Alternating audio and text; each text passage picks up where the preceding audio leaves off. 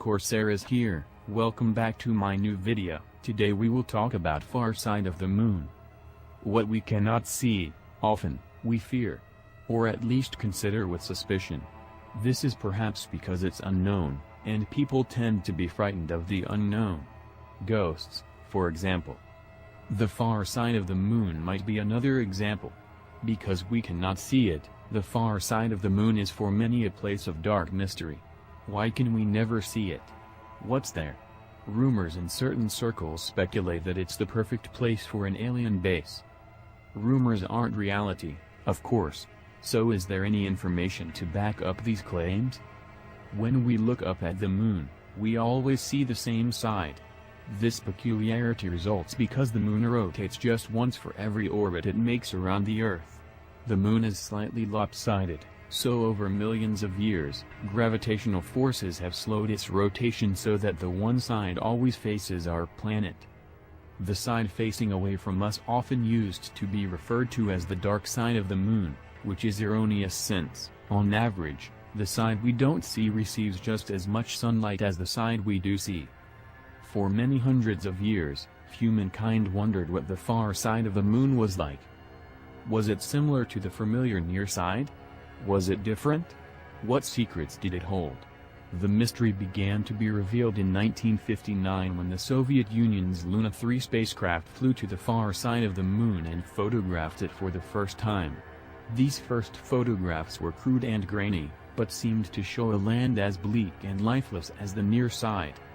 Subsequent space probes, such as the Lunar Orbiter 4, succeeded in photographing the surface of the far side in much greater detail in 1967.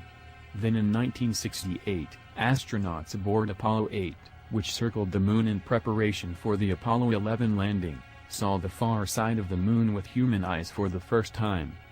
Today, we have detailed photo maps of the far side, as well as topographic maps calling out its main features. So the far side of the moon is not as mysterious as it once was. Yet the stories persist that there are still many secrets there, stories fueled in part by the fact that since Apollo 17 in 1972, we have not returned to the moon with a manned mission. The conspiracy-minded suspect that there's a reason for that: the aliens don't want us there. It has long been a theory of some ufologists that the far side of the moon could harbor a base for extraterrestrials. Presuming they come from a distant planet in some other solar system, they must have a base from which they can make their regular visits to the Earth. What better place than the far side of the moon, which is perpetually hidden from sight? To bolster this claim, authors at such websites as Alien Presence on the Moon cite the words of Milton William Cooper, allegedly a former intelligence officer with the U.S. Navy. In a 1989 press release from Cooper, again allegedly, he swears under oath that he was privy to information that the U.S. government has knowledge of alien craft visiting Earth.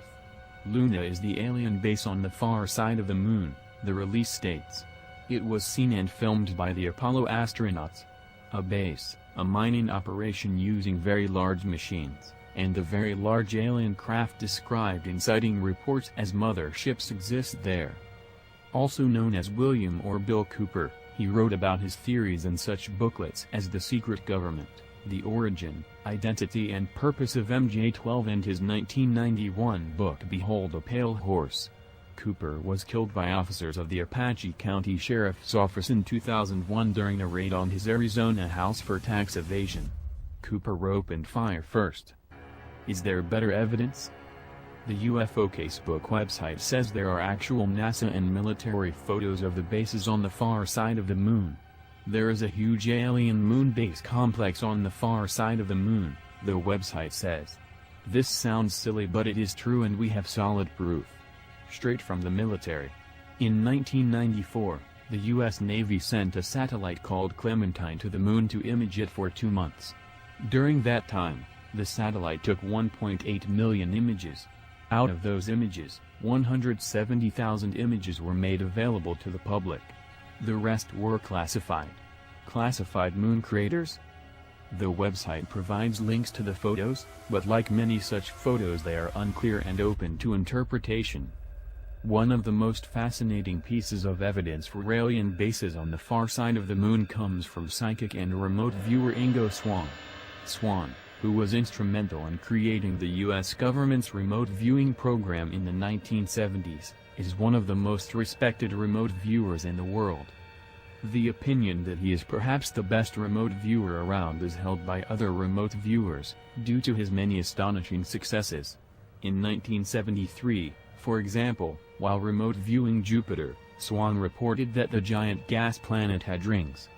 This fact was unknown to astronomers at the time, but was confirmed by Voyager 1 in 1979.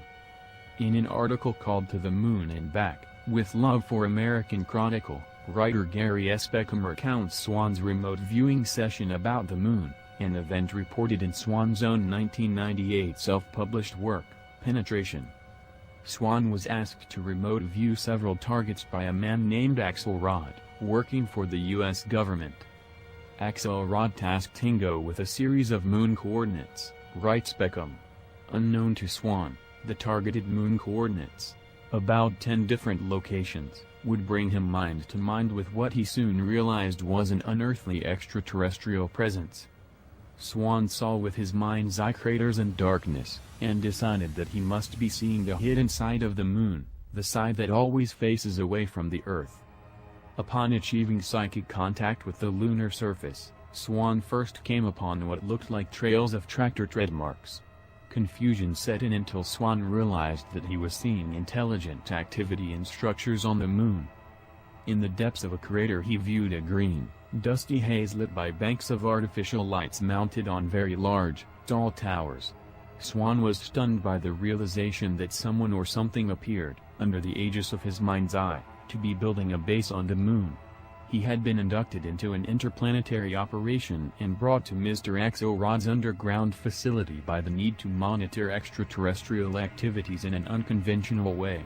Swann decided that Axelrod and company had been given the task of psychically spying on the alien moon base because the extraterrestrials had been less than friendly about conventional human curiosity.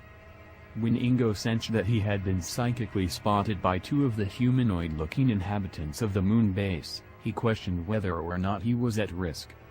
Like most such speculation, rumor and psychic reports, tales of mysterious goings-on and alien bases on the far side of the moon have not been proved.